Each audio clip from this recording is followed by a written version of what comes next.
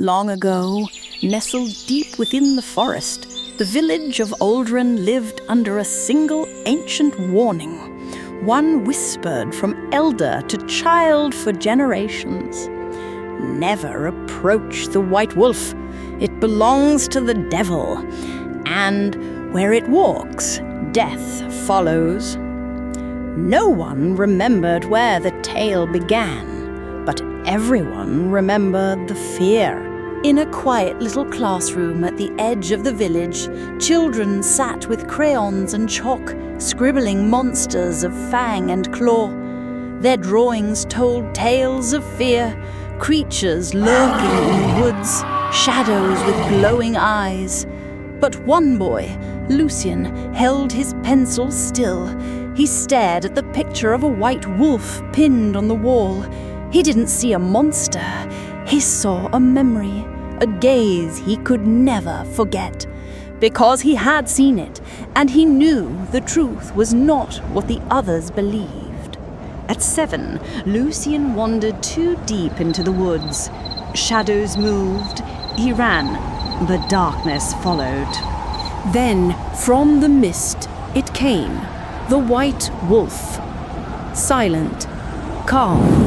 Its eyes met his, and then it drove the shadows away.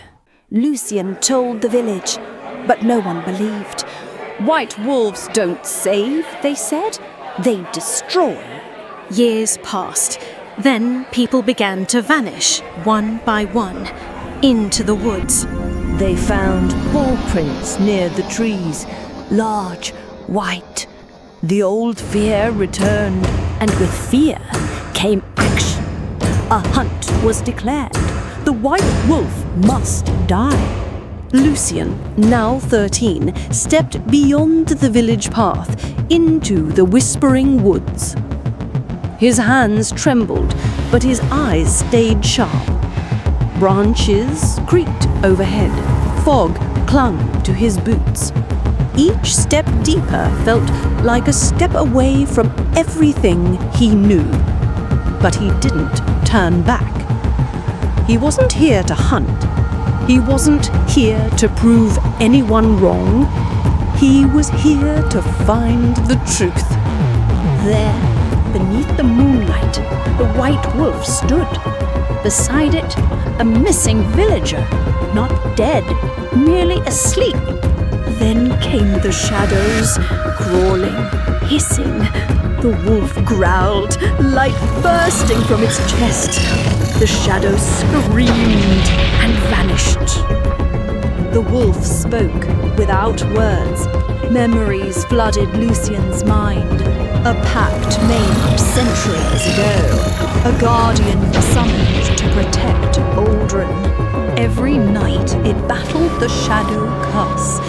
Alone, and yet forgotten. Lucian now understood.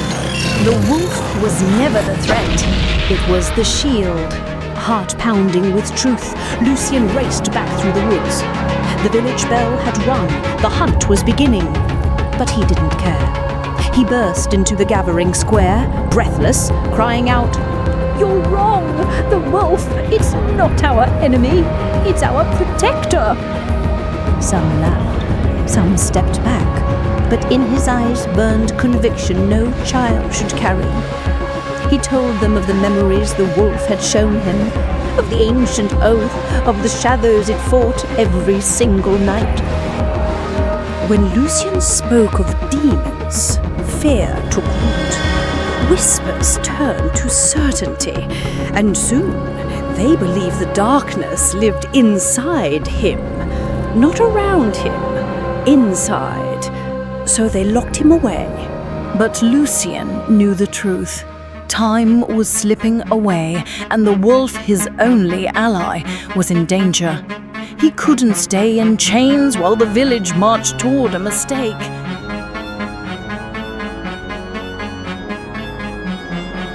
The villagers found the white wolf near the woods. They surrounded it with trembling hands and angry hearts. The wolf stood still, not to fight, but to spare them. Even as the arrows flew, it didn't strike back. Blood stained the snow. Lucian arrived too late. He knelt beside the wounded guardian, tears falling onto its fur. "Please, stay with me," he whispered. "Don't leave me alone in this lie." The moment the wolf's light began to fade, the curse awakened. Shadows erupted from the earth like smoke given life, twisting, screaming, devouring light itself. Lucian held the wolf close, heart breaking. "Take me instead," he cried. "Take everything. Just don't let them die."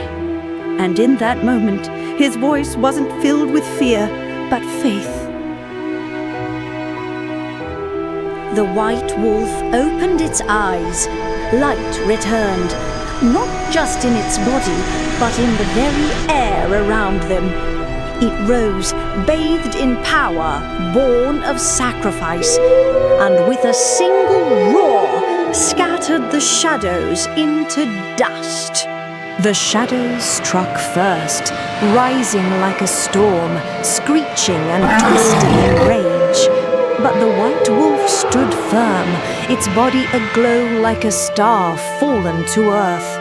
With each leap, it carved through the darkness. With each howl, light drove back the curse. The spirits of the fallen stirred in the winds. Lucian watched as faith and sacrifice became a weapon. In that moment, it was no longer just a wolf. It was legend. Morning came, slow and golden, but it brought no songs, only silence, heavy as grief. The village stood still. Ashes floated where screams once filled the air, and the shadows were gone. Yet in that quiet, something else had taken root, remorse and remembrance. And so, from that day forward, the story changed. No longer did parents whisper warnings beneath their breath. No longer did children shiver at tales told by firelight. The fear was gone. The white wolf was no longer a curse in their songs, but a blessing in their prayers. A silent sentinel, a protector written not in scrolls or books, but in the hearts of those who now understood. At the village centre stands a statue of the white wolf and the boy. Every year villagers gather with flowers, not just to remember, but to promise they will never forget who truly protected them. Some say when the forest mist thickens, you can still see them, walking side by side, never feared again, forever known as guardians. To fear what we don't understand, that is the true curse. But to believe in what others refuse to see, that is courage.